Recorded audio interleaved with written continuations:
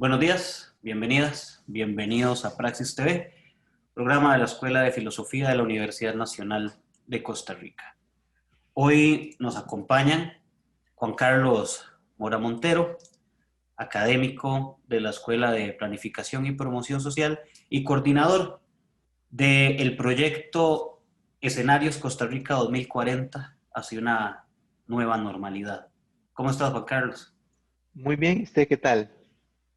Muchas gracias por aceptar la invitación. Y también nos acompaña Alejandra Ávila Tavia, académica también de la Escuela de Planificación y Promoción Social de la UNA y miembro del equipo investigador de este proyecto que coordina Juan Carlos. Juan Carlos, tal vez empezamos por vos. Eh, ver simplemente incluso el nombre de un proyecto que nos dice escenarios Costa Rica 2040 hacia la nueva normalidad en el marco de esta pandemia, ¿verdad? De esta crisis de salud global. Eh,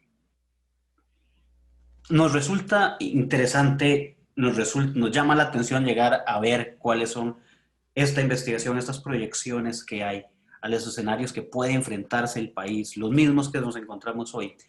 Pero nos surge inicialmente la pregunta principal, ¿no? ¿Por qué pensar en este proyecto? ¿Por qué 2040? ¿Verdad? Y entonces, ¿cuál es el objetivo y la metodología de trabajo entonces para dibujarnos este panorama?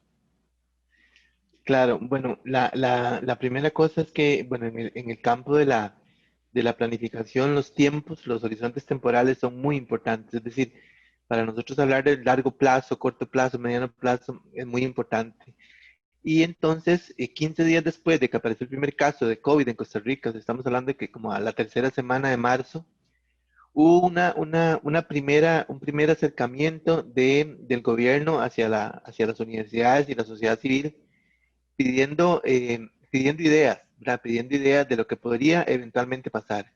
En aquel momento, mucha gente pensaba que lo que iba a pasar era algo muy, muy pasajero, algo que íbamos a cerrar un par de meses las escuelas y colegios, luego volvíamos y todo. Sin embargo, cuando nosotros participamos en esto, la inquietud es que, dadas las magnitudes de lo que estaba pasando en China y lo que se veía que estaba sucediendo en Europa en ese momento, esto iba a ser duro, o sea, esto iba a ser un golpe muy fuerte y que no iba a ser un tema de superarlo en un año, ¿verdad? Entonces decidimos, dentro de las propuestas que le escribimos en aquel momento a las autoridades de gobierno, fue plantearle que lejos de que la escuela les diera una solución a problemas, les íbamos a plantear algo diferente, les íbamos a construir un conjunto de escenarios sobre la Costa Rica del 2040. ¿Y por qué 2040? Porque la magnitud, digamos, de una pandemia, de las características que venía esta, de viaje dibujaban que el país no iba a tener una recuperación en menos de 20 años y que además, y eso era otra parte, la pandemia, la crisis daba la oportunidad de plantear o replantear algunas cosas que estaba haciendo el país en las cuales ya estábamos muy preocupados. Por ejemplo, se nos estaba incrementando la desigualdad social peligrosamente, estaba ralentizando el desarrollo humano, cada vez perdemos más espacios en materia de desarrollo humano. Entonces eso era como que el país iba hacia un lugar que no era el que esperaríamos como país y que entonces la pandemia nos iba a empujar a más velocidad hacia allá. Entonces era la oportunidad de plantear escenarios de futuro, imágenes de futuro de las diferentes Costa Ricas a las cuales podríamos estar llegando. Y así planteamos un proyecto, digamos, ampliamente participativo, en donde Alejandra nos ayudó mucho a definir quiénes podrían ser las poblaciones que participaban, por qué era importante toda la representatividad. Y creo que ella podría, digamos, perfectamente referirse mejor a eso. Ok, claro, claro, Juan Carlos, muchas gracias y muchas gracias, Esteban, por el espacio. En realidad, es cierto lo que dice Juan Carlos. Nosotros de repente dijimos esto, ¿verdad? Si uno se quiere poner en el contexto de Costa Rica, por ejemplo, con el escenario de los temblores, ¿verdad? Esto es como el retumbo, ¿verdad? Entonces escuchás el retumbo, sentís que algo viene y de repente la tierra cruje y decís algo va a pasar. ¿verdad? O sea, hay algo que va a pasar. En ese escenario nosotros nos damos cuenta que somos un país complejo igual que cualquier otro país, ¿verdad? Un país que tiene una serie de relaciones, un país que tiene una serie de situaciones en la cual participamos muchísimas personas, ¿verdad? Sectores de la sociedad que podrían eventualmente tener una posición, que podrían tener una situación X y que efectivamente tienen una voz de participación y que desde su perspectiva están viviendo una situación hoy y que podrían eventualmente apoyarnos a ver cómo verían que esta situación podría afectar a futuro. Fue cuando empezamos a pensar como equipo de trabajo, bueno, que no solamente tenemos que involucrar a las personas del sector político, ¿verdad? Sino que, por ejemplo, en estos momentos, ¿qué pasa con ese sector turismo, ese sector de la economía, ese sector comercio, ese sector privado que en estos momentos de alguna manera está sufriendo? ¿Qué pasa con ese sector cooperativista, sindicalista, que también alza su voz y dicen tenemos algo que decir? El sector académico, por supuesto, los jóvenes, las personas jóvenes, ¿qué tienen que decir al respecto? Entonces hay una serie de situaciones dentro de este país complejo que tenemos, ¿verdad? Y una serie de voces que necesitamos incluir dentro de este panorama, porque no se trata, como dice Juan Carlos, de la acción inmediata, o sea, hay preocupaciones inmediatas, eso es lo inmediato, hay una preocupación inmediata, pero tenemos que impulsar a las personas a pensar más allá, ¿verdad? ¿Cuál es el horizonte que podríamos ver y cuáles son los posibles efectos que puede tener este retumbo, ¿verdad? Que ya no es tan retumbo con el que iniciamos todo este panorama, ¿verdad? Bueno, y entonces, Esteban, ahí fue donde, digamos, en total participaron 220 personas como fuentes primarias, 220 personas y que, como dice Alejandra, estuvieron de sindicalismo, solidarismo, estuvieron grupos religiosos, académicos, grupos de jóvenes, grupos de expertos, porque participó el Nodo de Prospectiva de Costa Rica, participó un equipo especializado que tiene el INA en materia de prospectiva.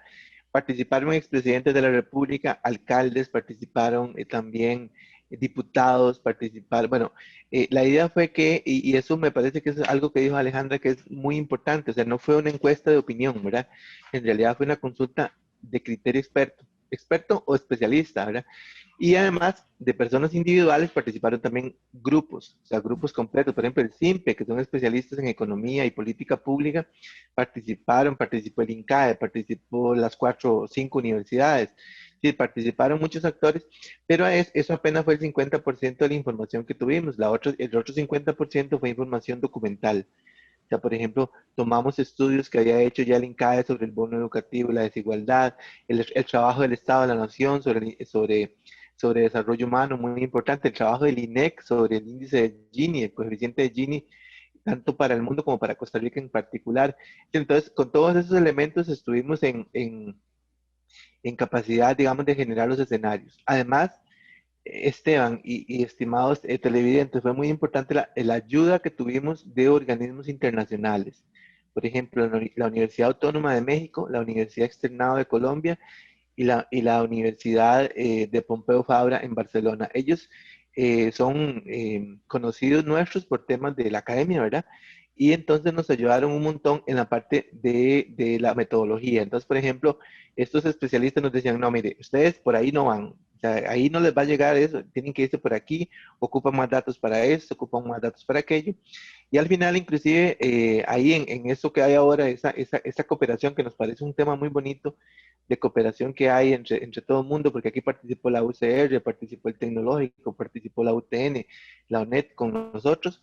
Entonces, viera que hubo un momento en que por un contacto allí la Universidad de Columbia nos facilitó un modelador. Un modelador es una cosa ahí especialísima que uno le mete datos y le hace un montón de cálculos muy interesantes. Entonces, ahí tuvimos también todo ese apoyo.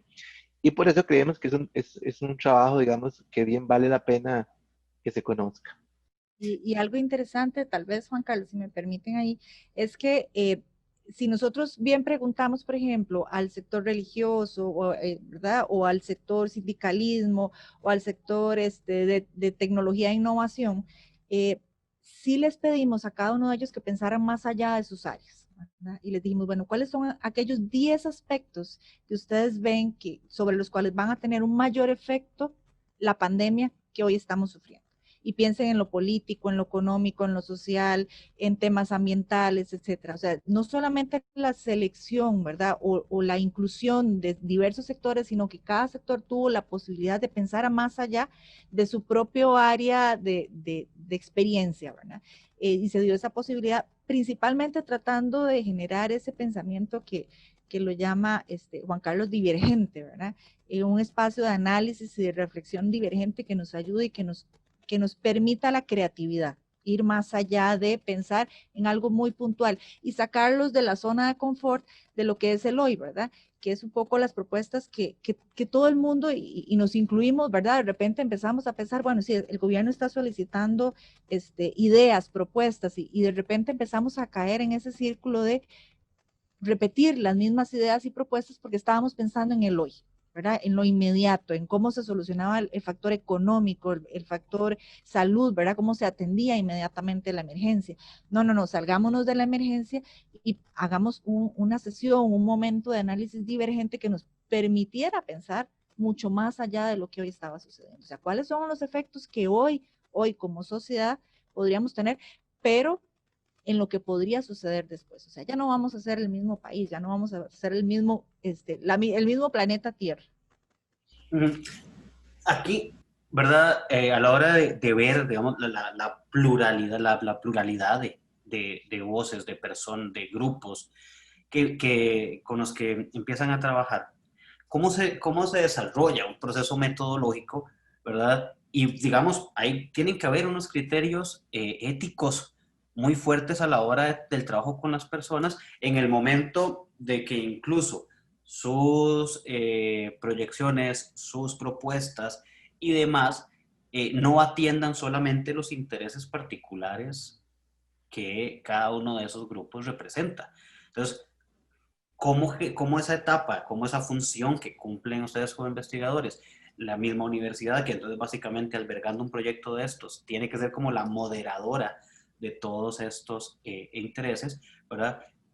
¿Cómo se desarrolla esta forma de trabajo? Y, por ejemplo, ¿qué encuentran ustedes? O sea, ¿qué encuentran o hasta qué punto se puede pensar si hay una disposición de estos diversos grupos de trabajar en un modelo país que piensa en justicia social, que piensa en bienestar colectivo, más que en intereses particulares de cada una de las áreas que representa? Esta es una excelente pregunta. O sea, aquí, digamos, nosotros partimos y nos gustó mucho decirlo así, que la universidad es como la conciencia de la nación, ¿verdad?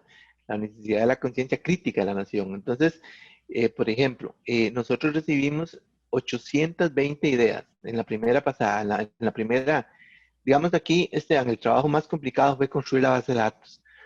Construir la base de datos se construyó con casi 300 nombres, pero por ejemplo, si poníamos un economista de la línea más liberal, teníamos que poner un economista de la línea más contestataria. Entonces, bueno, eso fue un problema, porque si nos contestaba uno y el otro no, entonces excluíamos a los dos, ¿verdad? Entonces había que conseguir un repuesto, ¿verdad? Y ese fue el trabajo más complicado. En realidad, hacer esa base de datos fue lo más complicado. Ahora, ¿qué hacíamos con la gente que efectivamente hubo gente que nos retiró?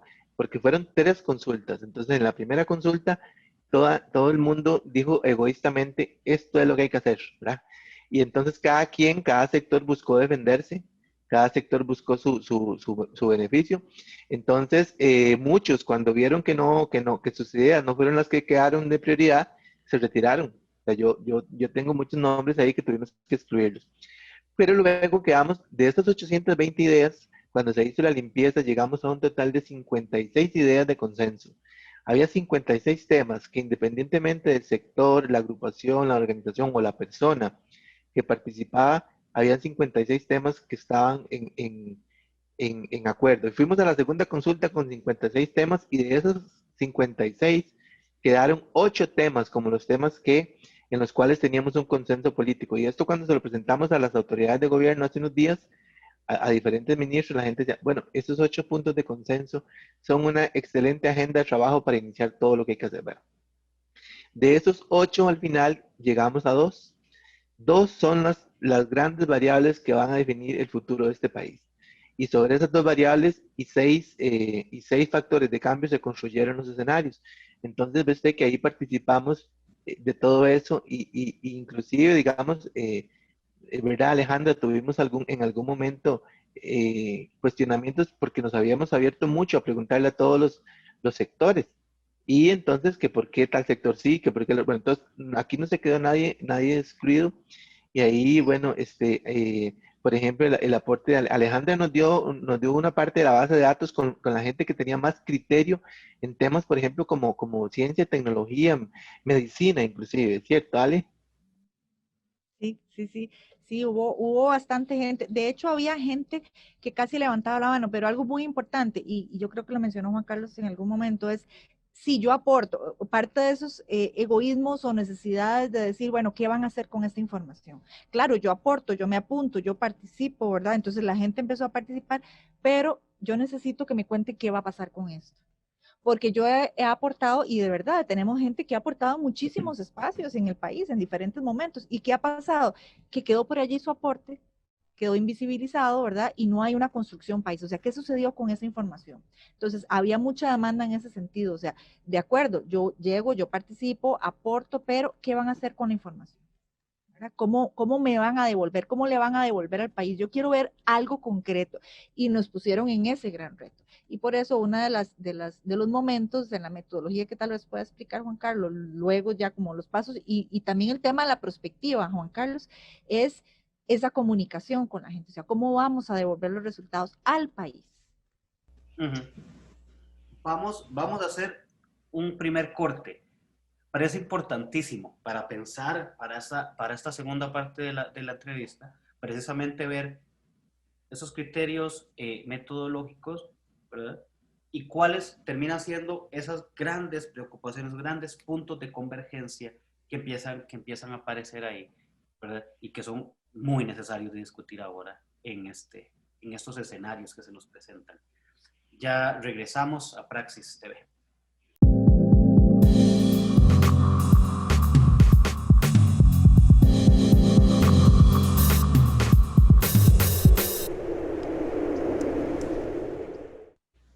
Bienvenidos, bienvenidas de nuevo a Praxis TV.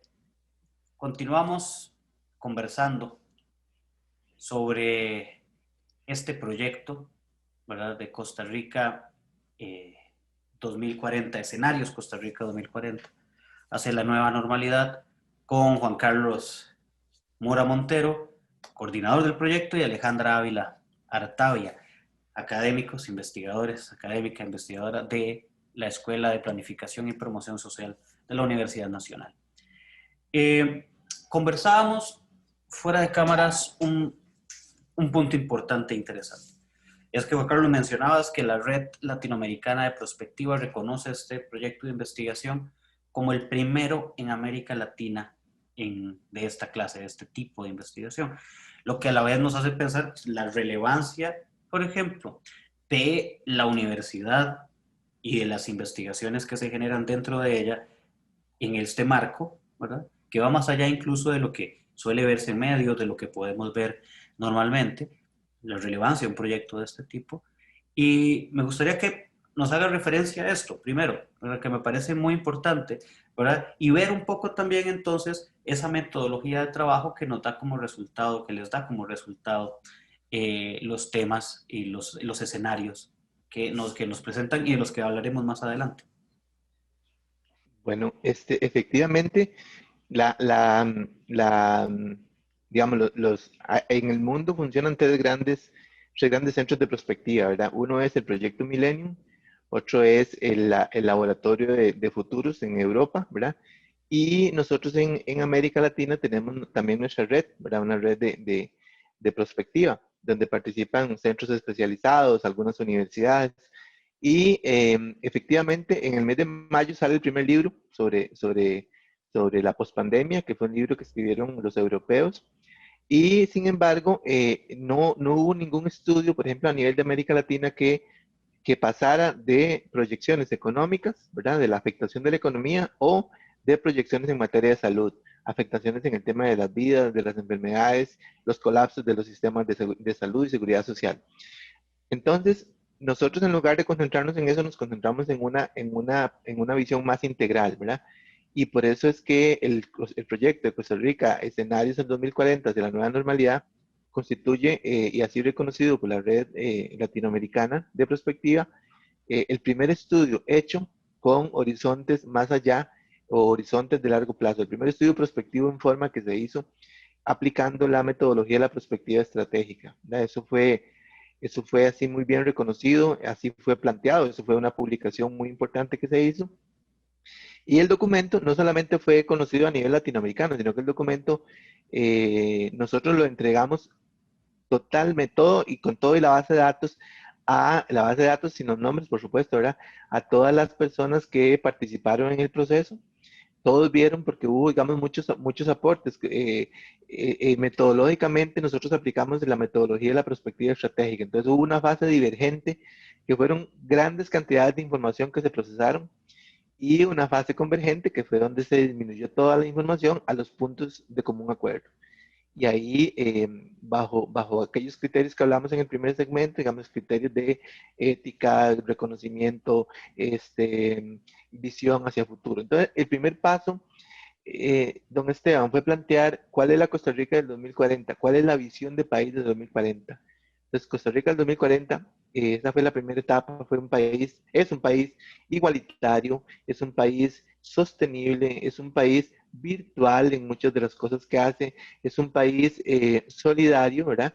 Y hubo un acuerdo muy interesante entre diferentes actores, todos los actores, digamos, con muy pocas excepciones al tema de rescate del Estado Social de Derecho, o sea, como la base de una Costa Rica del 2040 como nosotros la planteamos.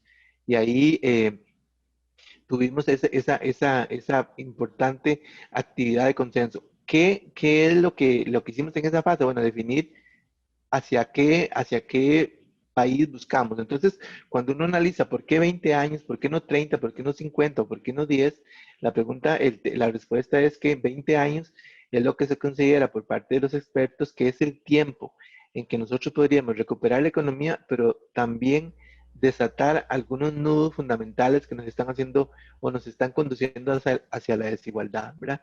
Porque el tema de la desigualdad es el tema que más preocupó a las 220 personas que nos ayudaron, ¿verdad? Y eso es un tema muy relevante y es lo mismo que dicen los estudios que trabajamos a nivel de bases de datos. Entonces, recuerdo, Ale, que una de las cosas que hicimos ahí fue sopesar, digamos, aplicando el pestal, ¿verdad? ¿Qué podíamos, a qué le dábamos mayor énfasis?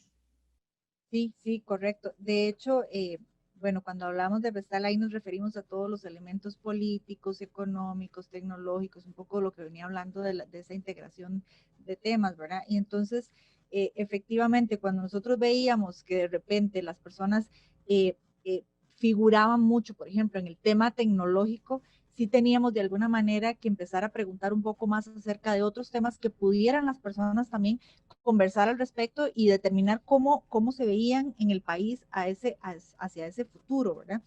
Eh, y yo quería agregar algo ahí importante que mencionaba Juan Carlos dentro de la metodología, y es que efectivamente nosotros como equipo de trabajo tuvimos que sentarnos muy bien a pensar cómo íbamos a trabajar esto, ¿verdad? A trabajar esto en el inmediato porque urgíamos, ¿verdad? De una propuesta que fuera coherente y que pensara más allá de...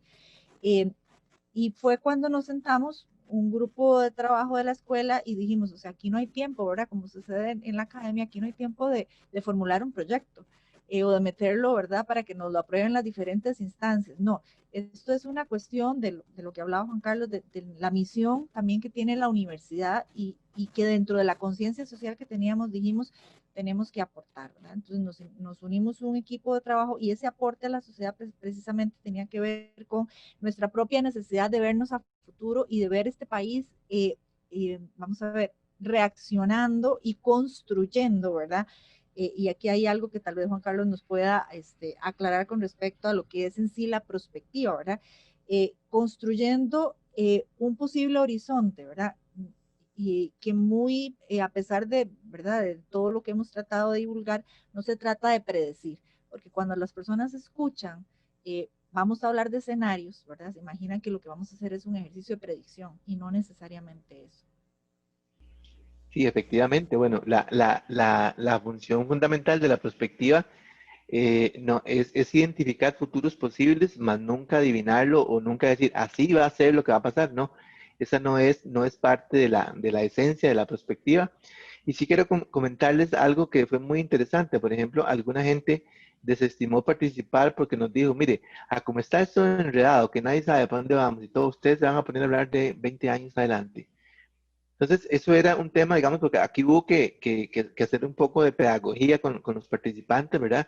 Porque es explicar por qué es que entre más complicado sea el momento que vivimos, más necesidad existe que podamos crear una imagen de futuro, una imagen de futuro que nos motive, que nos inspire, que nos haga pensar que las crisis se superan y que vamos a seguir adelante y que no podemos llegar muy maltrechos al futuro, que tenemos que ir tomando decisiones presentes que nos lleven. Entonces, aquí hubo hacer toda como decía, una conversación con muchos de los participantes hasta llegar a un punto en que efectivamente lográramos visualizar que la perspectiva lo que nos ofrece es la creación de imágenes de futuro y una advertencia. La advertencia, mire, si usted toma decisiones por este lado, los escenarios pueden irse por este lado. Y si toma decisiones de este tipo, pueden irse por este lado. Que es algo que le gustó mucho, por ejemplo, a la viceministra de la presidencia con la que hablamos. Nosotros le decíamos, nosotros no le estamos diciendo a usted lo que tiene que hacer. Lo que estamos diciéndole es, tenga cuidado con lo que hace. ¿Ya? Porque vea que lo que hace podría llevar a este país hacia este escenario, que es el que todos queremos, o lo puede llevar a este escenario, que es el que nadie quiere. Y entonces ahí es donde empieza a verse mucho sentido a la aplicación de la metodología prospectiva. La prospectiva es para que la gente, bajo un marco morfológico, bajo un marco de trabajo amplio como ese, puedan empezar a sugerir cuáles son las propuestas que deben ir. Entonces, la discusión no es si es tren o no es tren, o si es carbono neutral o no es carbono neutral. O sea, la discusión es hacia dónde nos llevaría tomar decisiones en este momento, por ejemplo, de abandonar un proyecto como el tren, de no seguir con el proceso OCDE, ¿verdad? De no seguir con los ODS, cuál va a ser el impacto en el cumplimiento de los ODS. Sí, ese tipo de decisiones. Una decisión, por ejemplo, nosotros el otro día lo planteábamos muy bien, o sea, ellos nos contaron en la gente de gobierno, el equipo de crisis dice que ellos recibieron cerca de 1.200 propuestas del país en ese programa de diálogo y conversemos y todo aquello. Entonces la pregunta es, ¿qué van a hacer con 1.200 propuestas? Pero bueno, una opción es que veamos las 1.200 propuestas en el marco de estos escenarios de futuro. Entonces, digamos, estas propuestas, este bloque de propuestas nos conduce al país donde queremos estar, pero este otro bloque no. Entonces, que exista un criterio de discriminación, eso es lo que facilita, digamos, el ejercicio de la perspectiva. No adivinar el futuro, pero sí, digamos, adquirir conciencia de que las decisiones que tomamos hoy, la política pública que hagamos hoy nos va a llevar hacia uno, hacia otro escenario y somos responsables del futuro que nos estamos forjando, ¿verdad? Y algo muy interesante que en lo particular Juan Carlos sabe, a mí me gustó mucho también, es que no solamente nos pone en perspectiva de cuál es ese horizonte, sino que también nos dice, bueno, pero es obvio, hay posibles acontecimientos que en ese trayecto, en ese transitar hacia el futuro, podrían suceder y podrían de repente cambiar la historia, pero tenemos que conocerlos. Entonces también las personas señalaron algunos de esos, los llamabas Juan Carlos temores. ¿Verdad? ¿Cuáles son los mayores temores en ese tránsito? O sea, ya conocemos cuáles son los escenarios, ¿verdad? Entonces, dentro de toda esta metodología, se llega a un punto en los cuales se identifican. Entonces, fue muy interesante porque además conocemos cuáles son esos posibles acontecimientos y mucho lo asociaron a cambio climático, al narcotráfico, porque obviamente todo eso también tenía una relación directa con los dos grandes desarrolladores, ¿verdad? O sea, con la parte económica y con el tema de la desigualdad social. O sea, ¿qué grandes elementos podrían inferir o podrían acrecentar o no esos dos grandes desarrolladores impulsores? Entonces, narcotráfico, la descomposición social, la dinámica internacional, ¿verdad? O sea, eso se está moviendo hoy día y son preocupaciones que están y también tienen que tomarse en cuenta. Entonces, esa red de temores también se visualizó. Sí, ahí veo muy, muy interesante, digamos, precisamente esto que menciona Alejandra, es a donde iba, ¿verdad? Porque se vuelve interesante, yo creo que ahora, después de una nueva pausa, un par de minutos ya tenemos que hacer. Vamos a encontrar, por ejemplo, una cuestión que señalaba Juan Carlos al inicio, precisamente el incremento de la desigualdad social, ¿verdad? El incremento que nos dibuja el índice de Gini, que además tenemos que contemplar, por ejemplo, los cuestionamientos que se le hacen también al índice de Gini, en tanto la desigualdad absoluta, ¿verdad? Qué tan real es la desigualdad?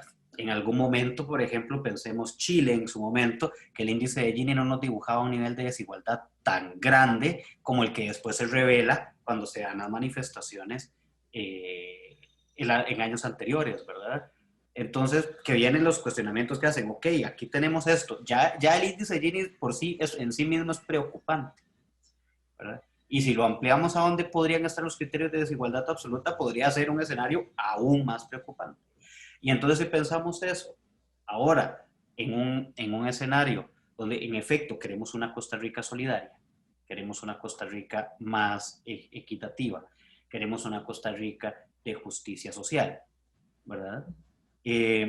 Bueno, ¿cuáles son esos, o cómo deberíamos movernos o transitar hacia ahí para que estos indicadores de desigualdad social disminuyan?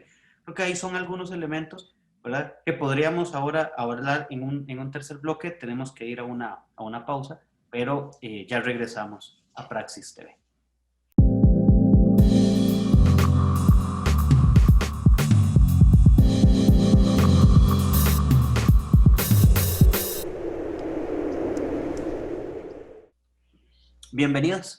Bienvenidos de nuevo a Praxis TV.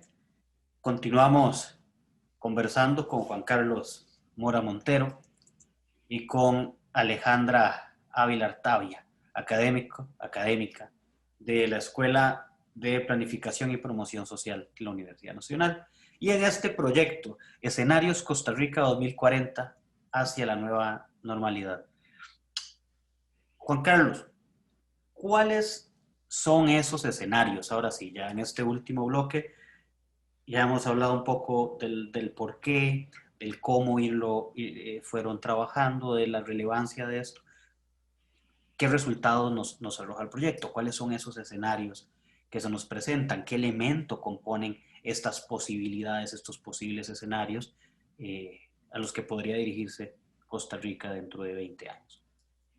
Claro, aquí en total, en total se generaron 64 escenarios, ¿verdad? 64 escenarios, y de esos 64 escenarios hay 4 que son los 4 que tienen las mayores probabilidades de ocurrencia. ¿De acuerdo con qué? De acuerdo con tendencias que se analizaron, de acuerdo con las políticas públicas que existen en este momento, de acuerdo con las capacidades país que tenemos, etcétera. Entonces, vamos a referirnos solo a esos 4, ¿verdad?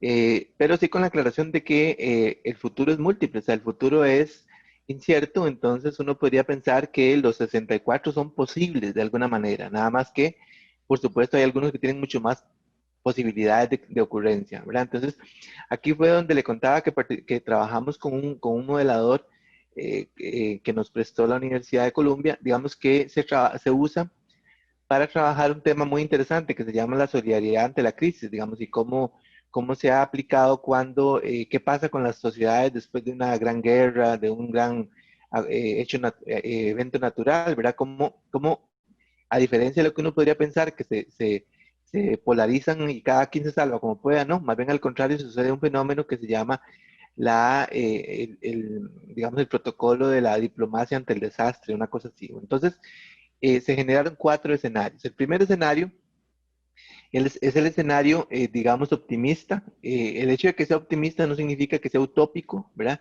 Es un escenario que tiene posibilidades reales de que suceda, y es el escenario que le pusimos el nombre. Los escenarios en esta metodología de Schwartz tienen nombres muy alegóricos, o sea, son nombres como muy de dicho de barrio, ¿verdad? Por ejemplo, a este primer escenario le pusimos el país donde quiero vivir el resto de mi vida.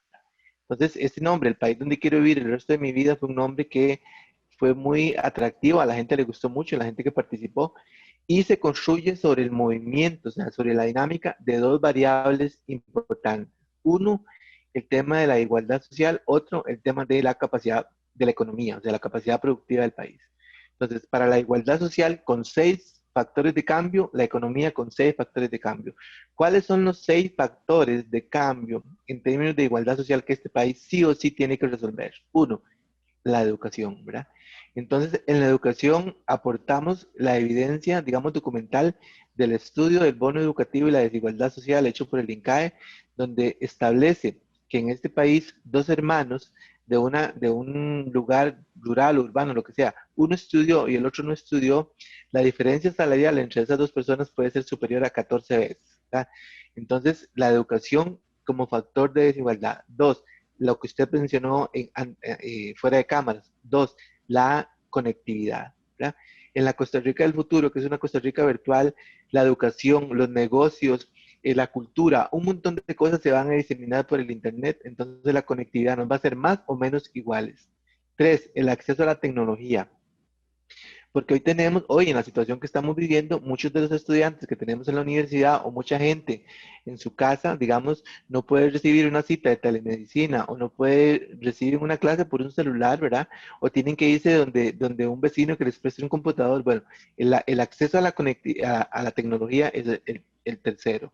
El cuarto, muy importante, la territorialidad. ¿Dónde vive usted? Define las posibilidades que tiene usted a futuro. Y ese es un factor de exclusión y de desigualdad. Quinto, su perfil laboral y de ingresos, ¿verdad? Donde vive usted también determina las posibilidades de llegar a un puesto, digamos, de cierto nivel salarial.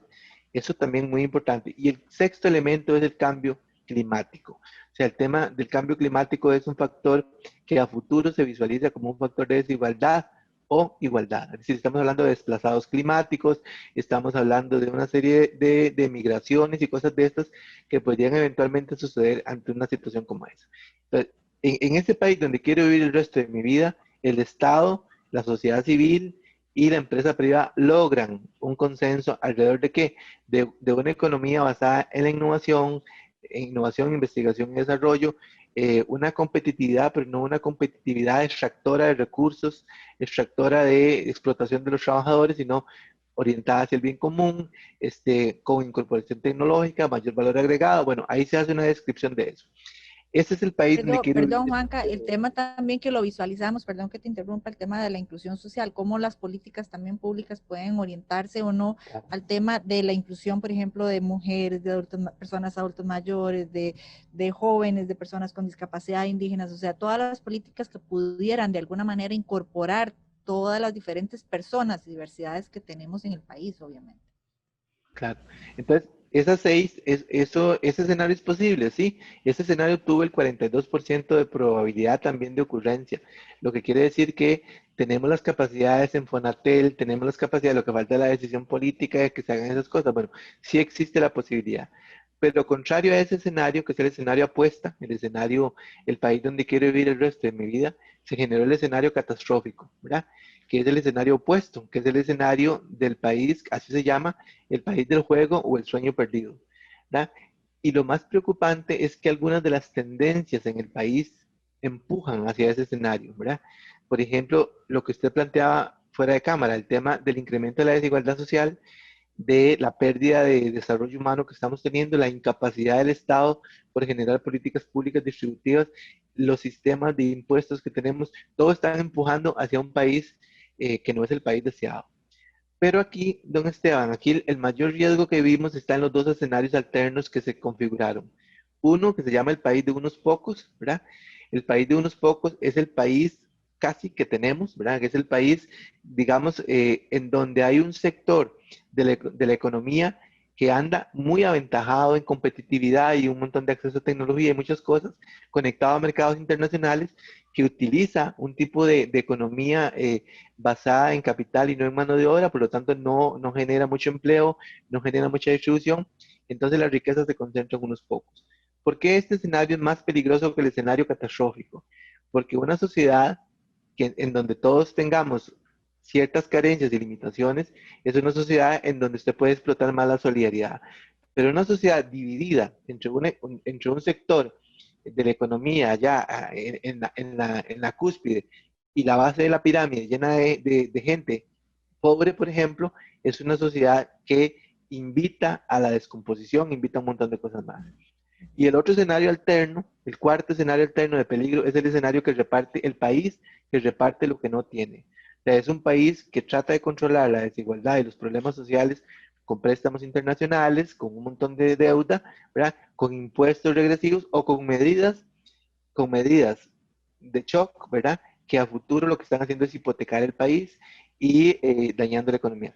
De acuerdo con los expertos, estamos empujando hacia los dos. O sea, de acuerdo con los expertos que participaron en el proceso, es muy peligroso porque estamos empujando hacia los dos.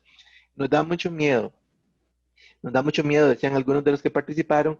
Y lo que nos da más miedo, Ale, que tal vez usted lo puede desarrollar, es cuáles son los 5 elementos que nos podrían a nosotros alejar de alcanzar el país donde quiero vivir el resto de mi vida. Sí, un poco lo mencionaba anteriormente, ¿verdad? ¿Cuáles son esos 5 temores o esos inconvenientes que nosotros ya hoy de por sí se nos presentan, ¿verdad? Y que lo tenemos, lo vivimos, lo palpamos, pero que efectivamente, pues en este camino se podría hacer todavía más evidente. Bueno, uno, el cambio climático. Entonces todavía seguimos nosotros pensando en que la naturaleza no va a tener ninguna afectación sobre nuestras condiciones sociales o económicas. Evidentemente lo tiene, o sea, ya la naturaleza es sabia y nos ha devuelto esta cachetada donde dice, mire, ¿de dónde surge esta situación pandémica? ¿Verdad? Efectivamente tiene que ver con un impacto de la naturaleza. Entonces, efectivamente, si nosotros no estamos pensando ya en economías verdes, si no estamos pensando en la neutralidad, si no estamos pensando en todas esas acciones, esto va a ser un impedimento para que a futuro mejoren nuestras condiciones sociales y económicas.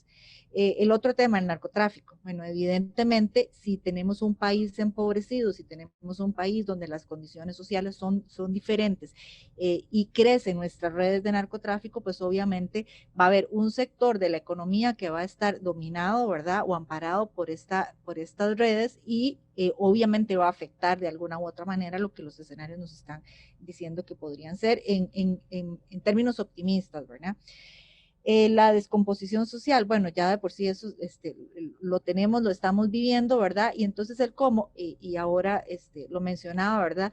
Cómo nosotros efectivamente todavía seguimos pensando en que podemos de alguna manera trabajar en nichos, ¿verdad? Aislados, definitivamente.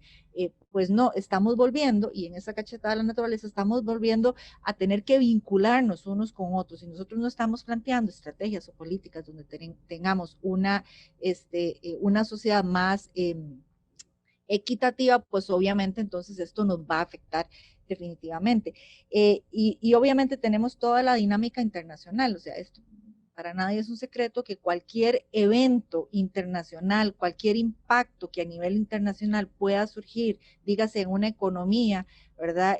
Dígase inclusive en términos climáticos, ambientales, ya hemos visto cómo países se han visto altamente afectadas, por ejemplo, por huracanes o por otros elementos, ¿verdad? Y que efectivamente esa dinámica internacional pues va a bajar los mercados, va a bajar el manejo de las políticas económicas que tiene, ¿verdad? Se incrementan los impuestos, etcétera, y pues obviamente esto va a ser de alguna manera factores que van a incidir o determinantes que nos van a decir podría cambiar el rumbo si no tomamos acciones preventivas o anticipatorias el día de hoy con respecto también a estos elementos. O sea, no es solamente mirar cuáles son los escenarios que tenemos, sino también cuáles son aquellos temores, aquellos factores que podrían incidir en que efectivamente nosotros podamos contar con las condiciones necesarias para poder materializar, ¿verdad? O formalizar ojalá el escenario opuesto. Las elecciones, por ejemplo, de Estados Unidos, en esa dinámica internacional, son un hecho portador de futuro al cual estamos dando mucho seguimiento. O sea, un cambio, por ejemplo, en cómo se recuperen ellos de esta crisis, si se recuperan cerrando la economía y haciéndola mucho más como Trump quiere, ¿verdad? Entonces, eso podría tener un significado o una implicación directa sobre nuestra capacidad de recuperarnos. Y hay un elemento ahí adicional, que es el elemento de cómo quedemos, don Esteban, cómo quedemos nosotros, cómo salgamos nosotros de esta crisis, con qué fuerzas salgamos de aquí. Eso va a determinar mucho en cuánto tiempo podemos nosotros recuperarnos y caminar hacia el escenario del país donde quiero vivir el resto de mi vida. y en el tema social también, cuando hablábamos de la descomposición, creo que también fuera de cámaras, Esteban lo mencionaba, hay un tema asociado también a todo ese material que nos están vendiendo, ¿verdad? Que vienen de todos los cortes de políticos, si se quiere, cuál es la orientación que quieren tomar los diferentes sectores, y eso es muy peligroso, ¿verdad? O sea, hacia dónde va la sociedad definida por ciertos sectores o corrientes políticas, ¿verdad? Que más que generar vínculos o relaciones, generan enfrentamientos. Sí, qué, qué importante ver estos escenarios, ¿verdad? Juan Carlos mencionaba, ¿verdad? En estos otros dos escenarios, no tanto ni el positivo ni el negativo, ¿verdad? Esa realidad que nos encontramos hoy, una realidad de hipotecar el futuro del país, ¿verdad? O una realidad que en efecto prima a pocas personas. Y lo pensamos, por ejemplo, en torno al enfrentamiento económico del COVID, porque aquí viene un cuestionamiento que es muy importante en esto y posiblemente pudo haber andado dando vuelta ahí a la hora de la investigación que hacían. Cuando se habla de los salvamentos económicos, por ejemplo, que puede hacer los gobiernos, a quién se dirige estos salvamentos económicos? Porque muchas veces, como en algún momento conversaba con otro amigo de otro programa, eh, ¿se salva a las empresas o se salva a las personas que trabajan? Cuando se habla de salvar a la empresa, esto es para que la empresa le pague a los bancos lo que le deben y igual despida gente, ¿verdad? O este salvamento a la empresa debería ir condicionado de no despida más gente porque no podemos con más desempleo, ¿verdad? O sea, ¿hasta qué punto, verdad, se plantea esto? Que históricamente nos hemos encontrado a lo largo de las crisis económicas en muchas partes del mundo, por ejemplo, salva a los bancos y tiro a la calle a toda la gente que en este momento no puede pagar la hipoteca de su casa. Nos lo encontramos en la España de hace muy poquito tiempo, ¿verdad? Con toda la crisis de los desalojos. Entonces, vemos estos escenarios donde en efecto, bueno, para alcanzar ese país que se señala de la manera más optimista, habría que pensar también en cómo se priman y cómo se negocian estas ayudas, ¿verdad? Del gobierno. Porque a veces hay cuestiones donde a veces parece que el gobierno no lo queremos y después a veces parece que hay que llegarle a pedir ayuda porque no tenemos a quién más acudir. Es una paradoja que suele estar ahí presente a veces dentro de las mismas corrientes que participan de estas formulaciones, ¿no? Y hay algo muy interesante ahí, Esteban, y yo creo que ahí Juan Carlos nos puede ayudar con el tema de valor público, porque evidentemente otro de los grandes temores que por allí surgía es, bueno, ¿y cómo va a quedar el país, ¿verdad? O el mundo entero con respecto a su moral, con respecto al ánimo que tiene sobre las decisiones políticas que se están tomando en torno a lo que está pasando, ¿verdad? Entonces de repente uno ve un gran aplauso al sistema de salud acerca de las decisiones que se están tomando, las orientaciones, etcétera, pero no tan gran aplauso con respecto al manejo que se está haciendo en el cierre de empresas, etcétera, etcétera. Entonces, esa moral, ¿verdad? O esa legitimidad que podría o no tener el gobierno a partir de las decisiones que hoy están tomando, eso es un temor muy grande, ¿verdad? Si la sociedad queda herida, pues probablemente va a ser muy difícil la adopción de ciertas políticas o caminos que quiera tomar el gobierno, porque generalmente eso está asociado a valor público, que es un poco lo que le decía que Juan Carlos puede explicarnos con mayor propiedad. Sí, y en esa misma, digamos, en esa misma línea, Ale y Esteban, el tema es eh, un día de estos, conversando con algunos colegas, decía, pero Juan Carlos, para hacer ese cambio en la educación habría que hacer algo histórico. Bueno, sí, es algo histórico.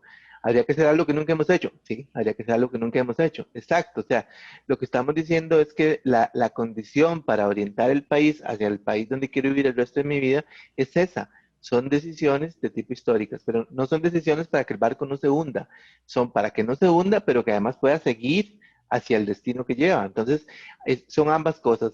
Entonces, qué es lo que nosotros le queríamos plantear al gobierno desde el principio, desde que iniciamos con esto, a los poderes públicos, no solo al gobierno? Era, o sea, todas las acciones que tomemos, pongámoslas en este radar que se llama escenarios. Y tengamos la claridad de que si estamos tomando una medida de choque en este momento, como no sé, como reducir la jornada de trabajo o grabar no sé qué cosa, ¿hacia dónde nos va a llevar eso? O sea, nos está llevando hacia tener un poco de plata en el presente, inmediato, pero podría ser que después ese poco de plata que recuperamos aquí nos salga mucho más caro en el futuro, ¿verdad? Entonces, que no solamente pensemos el impacto inmediato de la acción, sino que lo podamos visualizar en el marco de escenarios a futuro, ¿verdad? En términos del incremento de la desigualdad, en términos de ir a utilizar un elemento que nos va a hacer una gran falta en el futuro y ya no lo vamos a tener. Entonces, esa reflexión es a lo que invitan los escenarios. Entonces, cuando le hemos planteado esto a los ministros con los que lo presentamos, les decimos, esto no es una propuesta, esto no es un qué hacer, es una invitación para que reflexionemos sobre las medidas que estamos tomando, hacia dónde nos impulsarían, hacia dónde nos moverían, porque no quisiéramos hipotecar el país y no quisiéramos, hablaba con Vernon Muñoz, un amigo especialista en derechos humanos, y me decía, hablemos de los derechos humanos de las futuras generaciones. ¿Usted cree que las futuras generaciones sean felices viendo que nosotros les estamos dejando un país hipotecado con el ambiente destrozado, y un montón de cosas? Bueno, entonces, si pensamos en el futuro y pensamos inclusive en los chiquitos pequeños y los jóvenes de este momento, él reflexiona eso como los derechos humanos de las futuras generaciones, y entonces dice, bueno, no solo veámoslo en términos de economía y todo eso, sino que veámoslo en términos de qué estamos legando. Entonces, esta es, digamos, lo que ofrece la perspectiva. No son respuestas, sino son espacios para que cuando planteemos estrategia, cuando planteemos planes, programas, proyectos, políticas públicas, tengamos la total claridad hacia dónde estamos empujando nosotros el barco. Sí, muy bien. Se nos va el tiempo. Muy importante las reflexiones a las que nos empuja, a las que nos lleva esta investigación que ustedes hacen, esta reflexión final que hacías cuando hablabas de Bernard. Bernard fue profesor mío también en algún momento, donde pensamos, bueno, sí, en efecto, no es, y algo que mencionó Alejandra al principio, no es el tema de solo hoy, no es el tema inmediato, es estos otros escenarios que están presentes, nuestros hijos, nuestras hijas, hermanos, hermanas, en caso de que no tengamos hijos o hijas, el resto de la gente, aunque no tengamos ni siquiera hermanos, ni hijos, ni nada, ¿verdad? El resto de las poblaciones. Esto es importante reflexionarlo, pensarlo. Les agradezco muchísimo que aceptaran la invitación al programa. No sé si tienen algún comentario final como para cerrar el programa de hoy. Bueno, de mi parte, agradecerle a usted, Esteban, y al espacio Praxis, ¿verdad? Yo creo que esto es una labor que, pues, que se ha iniciado y que ha causado algún ruido, ¿verdad? Porque es diferente y como decía Juan Carlos, no estamos planteando soluciones, ¿verdad? Las soluciones tenemos que construirlas también entre todos, pero lo que se está visualizando ahorita son posibles horizontes que nos invitan a la reflexión, ¿verdad? Y que evidentemente nos está diciendo es hora de volver a lo que probablemente nuestros orígenes éramos, ¿verdad? O sea, con capacidad de relacionarnos, de trabajar conjuntamente, el tema de la solidaridad, ¿verdad? Vean ustedes qué importante lo que mencionaba Juan Carlos. En el momento en que se plantea una idea diferente, pues todas las instituciones, aquellas personas que tienen estudios, que tienen bases de datos, la pusieron a disposición, porque vieron probablemente en la idea planteada o en la dinámica del pensamiento prospectivo algo diferente que podría permitir, ¿verdad?, plantear soluciones hoy para lo que de futuro nosotros podríamos tener. Y no, yo solo quisiera decir una anécdota de uno de los creadores de la perspectiva, es decir, si toca manejar rápido, por lo menos manejemos con luces largas, ¿verdad? Porque eso nos puede clarificar hacia dónde vamos, no vaya a ser que metamos el gas y con luces cortas y peguemos contra un poste. Entonces, si vamos a tener que andar en un mundo acelerado, un mundo buca, con bica, como le dicen ahora, tratemos al menos de llevar la larga puesta, ¿verdad? Para tener una visión de más largo alcance. Muy bien, muchísimas gracias. Y de nada, el espacio está abierto y la urgencia de difundir este tipo de investigaciones dentro de todos los medios posibles. Entonces les agradezco mucho a las personas que nos estén viendo. Esto fue Praxis TV, programa de la Escuela de Filosofía de la Universidad Nacional de Costa Rica. Hasta la próxima.